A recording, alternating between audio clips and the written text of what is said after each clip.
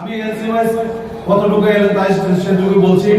বৈরগতকার অঞ্চল 6 পরিবারের 18 ভোটার, ঘোড়াকাপা অঞ্চল 12 পরিবারের 31 ভোটার, চালাগান অঞ্চল 3 পরিবারের 8 ভোটার, মোট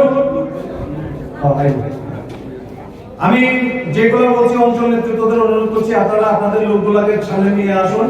আমরা তাদের আমাদের প্রধান বক্তার মাধ্যমে হাত দিয়ে আমরা তাদের আমাদের দলে আপ্যায়ন করবো। 18 জন, মোট 21 পরিবারের 57 জন আজকে আমাদের এই জমায়েতে অংশগ্রহণ করলেন। আমি অনুরোধ করছি তাদের সব সামনে নিয়ে আসুন।